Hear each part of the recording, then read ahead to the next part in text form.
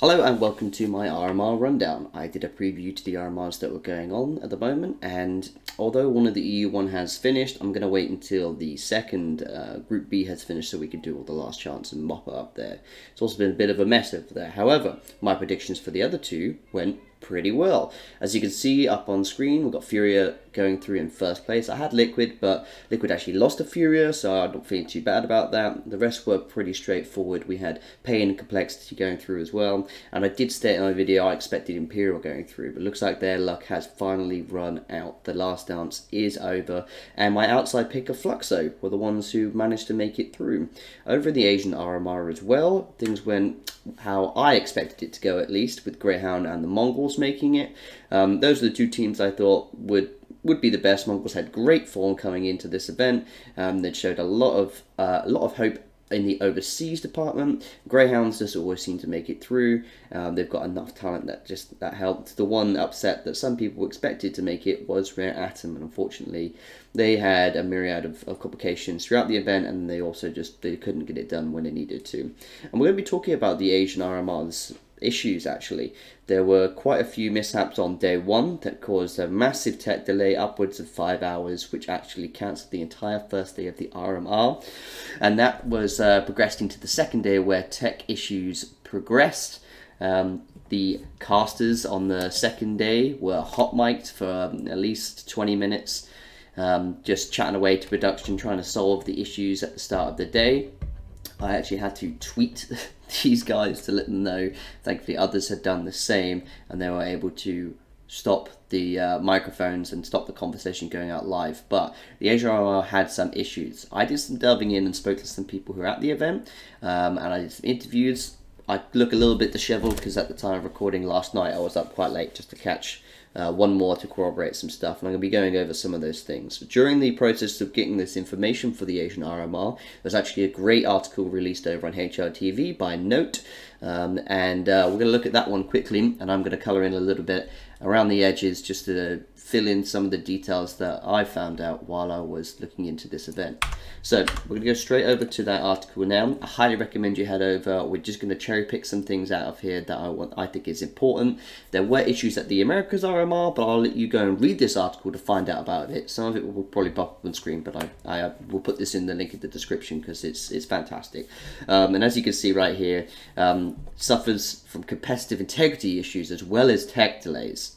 So the first day, as I said, was a massive delay, and that's what got me onto the idea there's something maybe awry over here. I looked into who was running the event. Their name is Mesa. Apparently they've done some other events out in the Asia and Mongolia. They have a Pro League series that runs, and they've been doing a couple of events. So when it came to running a RMR out in Asia, they seemed like a good pickup. There was nothing that suggested before this event that there would be a terrible person to go for. There was no rigmarole of like shock horror why these guys picked beforehand. And speaking to some people who were at the event, they said that someone specifically told me that they hadn't worked with them before, but knew that they had done events and they hadn't had issues on this scale before. Day one of the event, as I said, the first match was played through, and during the second match, there was a giant tech delay. Now, apparently there were some issues with the servers that were being used, specifically for the game. This is where some of the competitive integrity issues were highlighted by a note here. So we'll have a scroll down and I'll pick out some of these things here. So significant breaches of competitive integrity and rule violations, most egregious being that the PCs had internet access while the matches were live. One source informed HLTV that the players allegedly needed to ask for it to be turned off, but after that they were still able to access Steam Friends and access the internet via Steam. Access Steam Friends and access the internet via Steam Friends. And a team attending the Asian RMR also independently confirmed to HLTV that there was internet access and that Steam was online for them.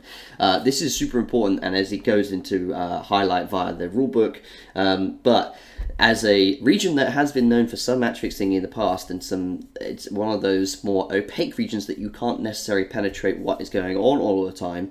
Having access to the internet while having live matches is an issue. There has been much Much covered on this in terms of the match fixing over the history, and if you could just speculate a little bit for your mind, if you were in a match and you had access to Steam Friends, perhaps if someone had the clean feed for the betting odds, they could potentially tell you what was going on the other team's economy. There is a myriad of conflict of interest that could arise because this exists, and this is why normally this isn't active.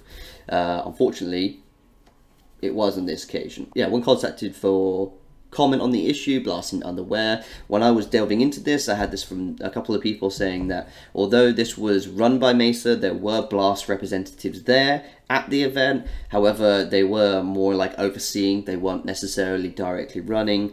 Apparently, most of the staff were really lovely who were out in that event. I've heard that from numerous people. Irregardless of the fact, Blast were there in kind of a overseer mode, and they weren't necessarily running. It was a full Mongolian production team that were running it, and the server guy, the initial server guy on day one was part of the issues, and I'll delve into that a little bit more. There were also stage violations, primarily in regard of coaches reacting and interacting with players during games outside of tactical timeouts.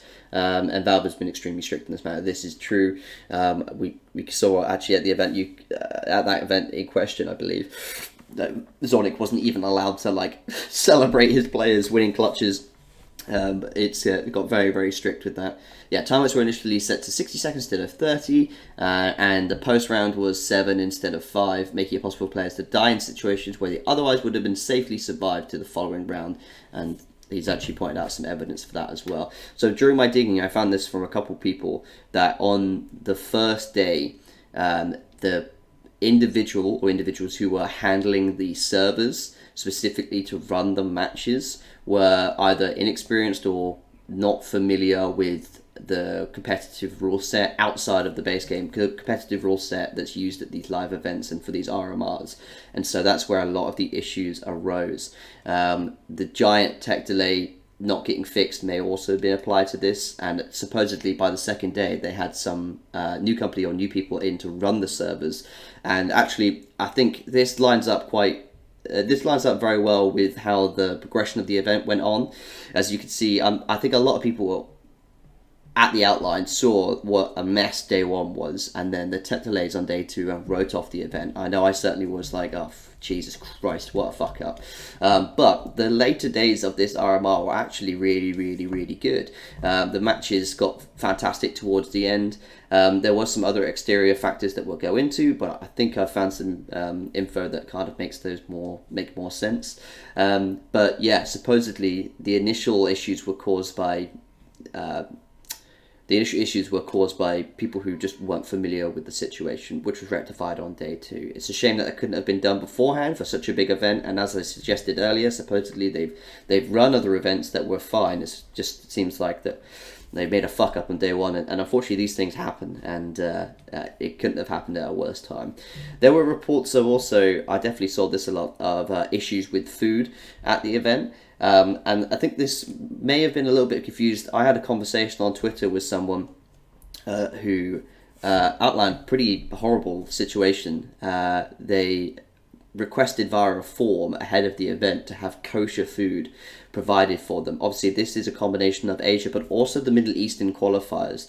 They sent out a form requesting kosher food to be available when they made it there, and I'll put some screenshots up on screen now. And the player in question has released after the fact that this food wasn't provided, unfortunately. He says he spent the event eating nothing but chocolate and eggs. This guy here on screen, Metzel CS, actually, he got a fucking insane clutch, a 1v4 on Ancient. It was nuts, but I imagine that he must be feeling, I imagine after the fact, feeling pretty upset that some of these exterior factors may have got to him, because he's obviously got quite a lot of talent. However, there are also reports of food poisoning at this event. That seems unsubstantiated. Talent, production, everyone was within this hotel and the food was supposedly fine.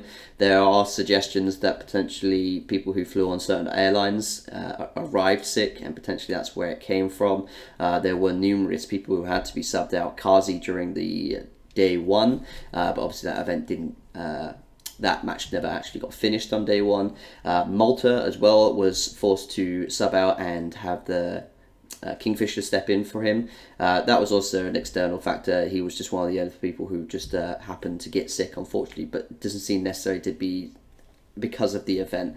Some of the Chinese players that arrived over at Rare Atom also were very sick.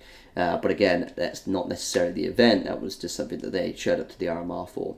So, yeah, unfortunately, yeah, this poor player had to live off chocolate and eggs, and he's gone out of his way to say it was quite difficult to get food in Mongolia that's kosher. I still think that's a big fuck up on the event's part. Like, what's the point of sending out these forms if you're not gonna fucking honour them, irregardless of the fact. The last external factor that came into play actually was because of the issue with the servers on day one. Many players had to redo their configs on their SSDs, and this affected some of the teams as well. Rare Atom is one of these teams in question, and Metzel has also commented on this in a tweet thread that I had with him.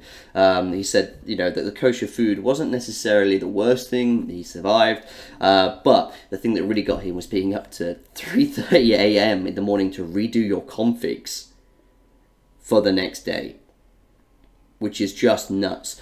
Obviously, Rare Atom came into this event feeling pretty sick. The extra time up late probably didn't help them. I imagine they feel pretty hard done by some of the external factors because their recent form dictated they probably could have made it through this event. I obviously didn't have them pegged for it, but I think a lot of people did. It's a real shame that unfortunately, the final event for the final qualifier for the major, for the Asian Pacific region, Middle East as well, were hampered by so many external factors. Considering some of the things these guys have gone through over the past years since COVID, they've had a massive shrinkage in opportunities to go overseas and compete abroad and truly get some of the recognition that some of these teams deserve. Unfortunately, they really have been hampered at the last hurrah. Irregardless, thank you very much for watching towards the end. Please like, comment, subscribe. They help out a ton. Share some of this message out. I'm sure some of this context might be new to some people. And if it isn't, congratulations. You're a very well-informed individual. Thank you very much. Have a good day. And I look forward to seeing you all in the follow-up videos for the EU RMRs and beyond.